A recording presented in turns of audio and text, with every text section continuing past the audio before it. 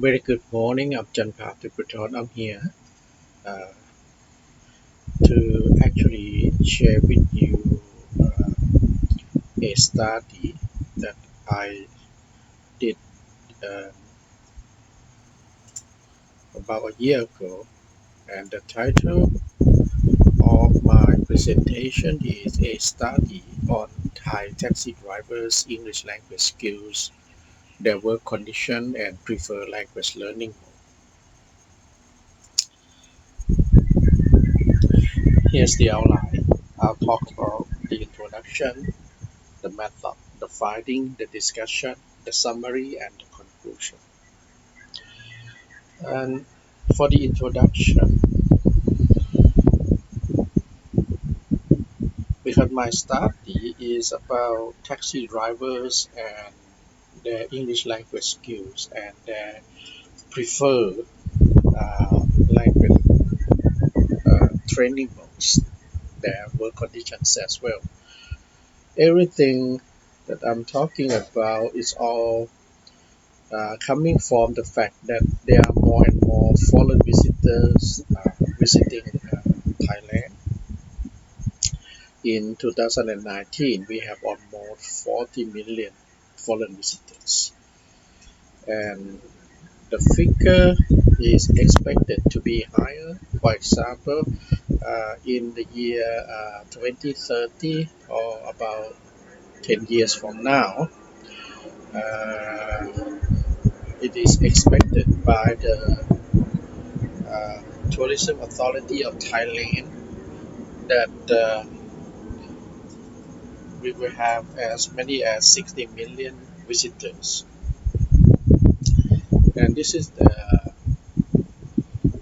an issue because for many Thais, when we have foreign visitors, I mean, everybody else, we have to deal with language, cultural, and attitudinal challenges. And the Thai taxi drivers, they are at the frontiers of Thailand's economic growth and development, and they have to provide services to foreign visitors every day. I mean, right now we have almost 100,000 taxi drivers in the kingdom, and they have to deal with the cross-cultural communication situations almost every day. And we have been very doubtful in terms of their cross-cultural training and preparation. Of course, uh, this is our doubt, and they, because of the fact that they have to provide service, they have to deal with foreign visitors almost every day. So they need to have basic English language skills. They have to have a bit of cultural understanding and the right mindset or the attitudes. So it's all about taxi drivers and their preparing for the uh, tourists. Taxi drivers in Thailand has received a lot of complaints in terms of customer satisfaction. It's very not very high. Among the complaints were the fact that they were not picking up the passenger. They would say no to passenger, and some of them were uh, reported to be rather rude and exhibiting some unbecoming behavior. Of course, this is uh, just these are the pretty much a few of them, the very very low percentage of 100,000 taxi drivers across the country. But this is an issue.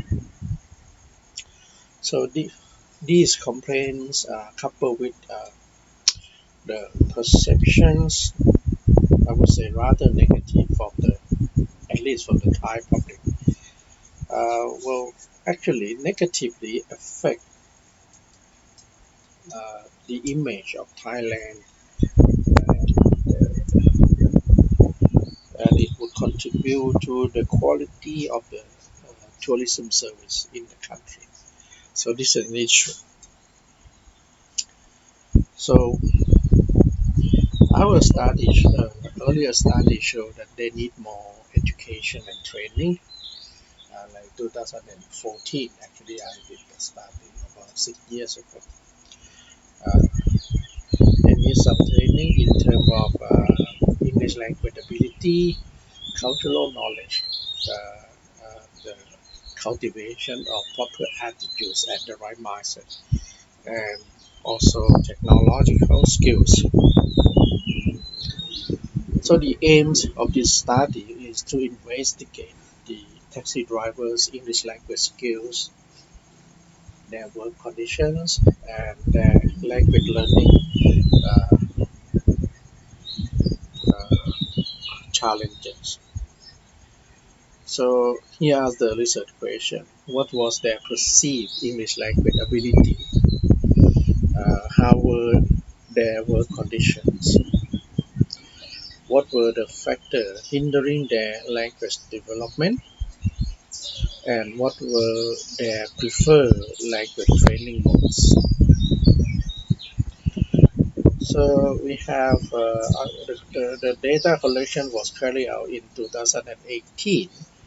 We studied 342 Thai taxi drivers, and all of them were the taxi drivers in operation in and around the Bangkok metropolis. And we used the two instruments, the self-assessment of the taxi driver English competence and questionnaires. Now here's the findings. In terms of the gender of the participant, the majority of them were male. We have 335, only 7 were female, as you can see on the screen. In terms of the age group,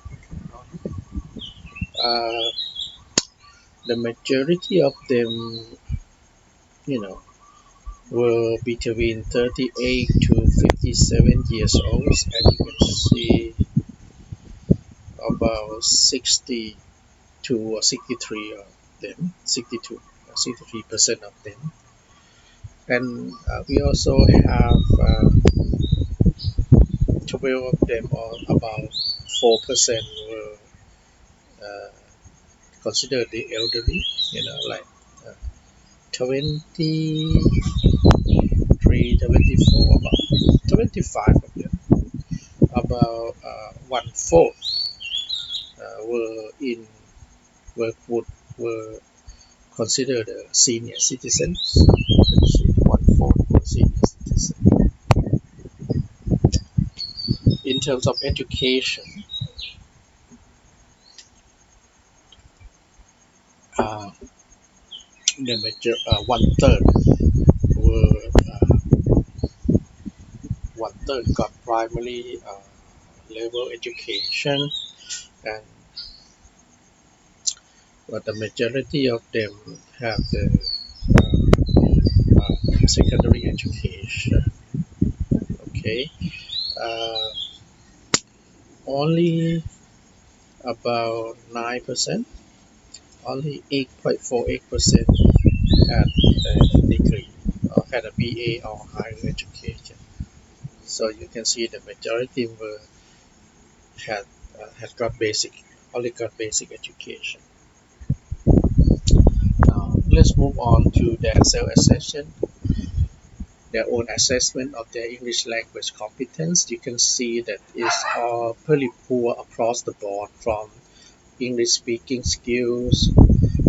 The mean is only 2.05. This is out of 5. Okay, and the listening skill is also 2. Reading skill, writing skill is even lower. Vocabulary and grammar skill pretty much low. the overall skill is, I mean, this is their own uh, assessment of their English language competence. So, and the on average is around 2. So the interpretation is that they assess themselves as having, uh, poor English language skills. And this is actually consistent with our previous study in 2014, about 4 years before. And in terms of the number of days of the week, here we are looking into their work condition. And you can see that half of them uh, did not have any day off in a week. You see, 57.6%. Okay, only a handful number of them, like about 4% of them, had about 8-9% of them, or only about 10% of them had a day off. One third has a day off, has 1 day off a week. You can see that. So taxi drivers actually work very hard. And in terms of work hours per week, yeah, we asked them to tell us the number of hours per week that they spend working as a taxi driver. You can see that I mean, one third would work between 61 to 80 hours. Still pretty long. About 42 actually, 29, 30%. One third will work between 81 to 100 hours, and we have actually 14% who have to work more than 100 hours. I don't know how they could do that. Only about 10% work fewer than 40 hours. Moving on to the barriers or the obstacles for language training, we asked them actually about the barriers to English language training and development. And two of the obstacles were that they have no time, and they got to work. They have a lot of work to do. So you can see the mean here is very high, 3.75, 3.73. And some of them will say I'm too old, you know, and also it's about the cost. It's about also about the cost and yeah, the lack of information is also pretty high. The emphasis on they don't want to learn grammar. You can see here the emphasis too much. The emphasis on the grammar, and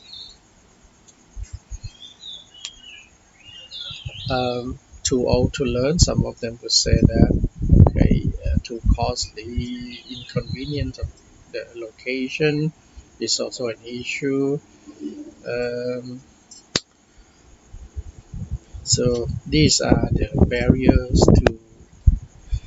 As you can see, they were not too shy in terms of shyness. The mean is very low. Okay.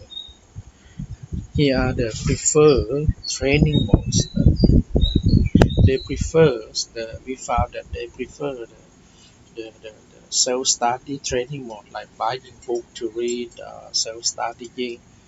This is the mean of all five. Okay, from the one from in the on the scale of 1 to 5, you can see that they prefer the language center is not that high. Buying books to read and self-studying is high, 3.80. Learning from audio CD is very high. Learning from video, okay. Classroom learning compared to other learning is not high. Learning to application is pretty high too. Learning to mobile phone applications, 3.51. Uh, Training by the Department of Land Transport is also high too.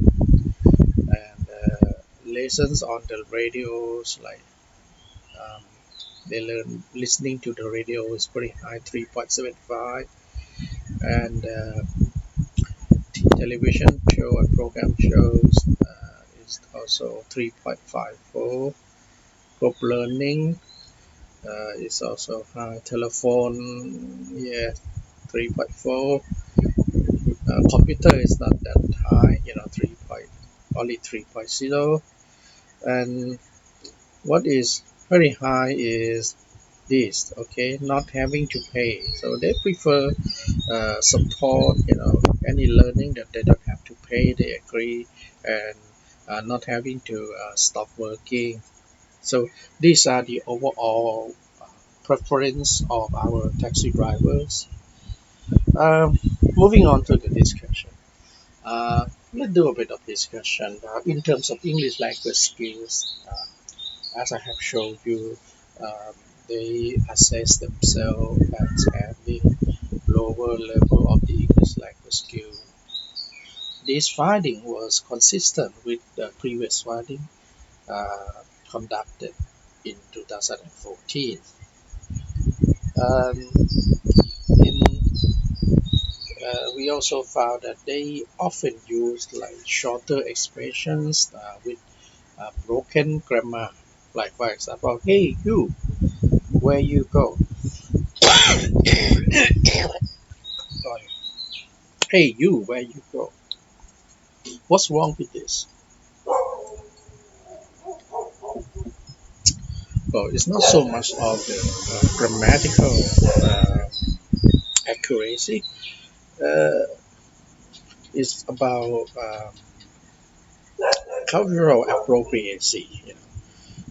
For example, in the English language, you should not address people your acquaintance with the word with the word you. Instead of saying hello sir, hello madam, they will say hey you. Where you go? Where would you like to go? I mean, these are the things that they need improving. And we found a correlation between the language skills and the quality of the service.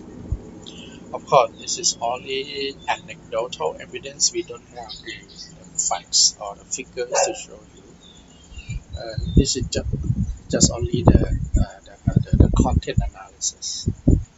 Okay, some of them say that I had difficulties communicating with foreigners, so I try to avoid them. This is kind of a consensus among them. And some of them will say I would wave my hand. Uh, uh,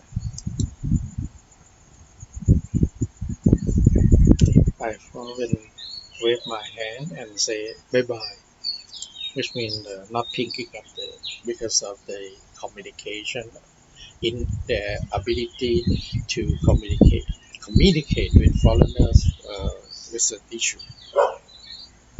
In terms of obstacles, obviously because they have to work a lot, so it's the obstacle. There are three of them actually. The time to to undergo the training and the number of work. I mean, they have to work almost every day anyway, and they don't have high income, so uh, of course, but they were willing to develop that skill. As I mentioned before, that they were not shy, even though some of them say they were a bit too old to learn.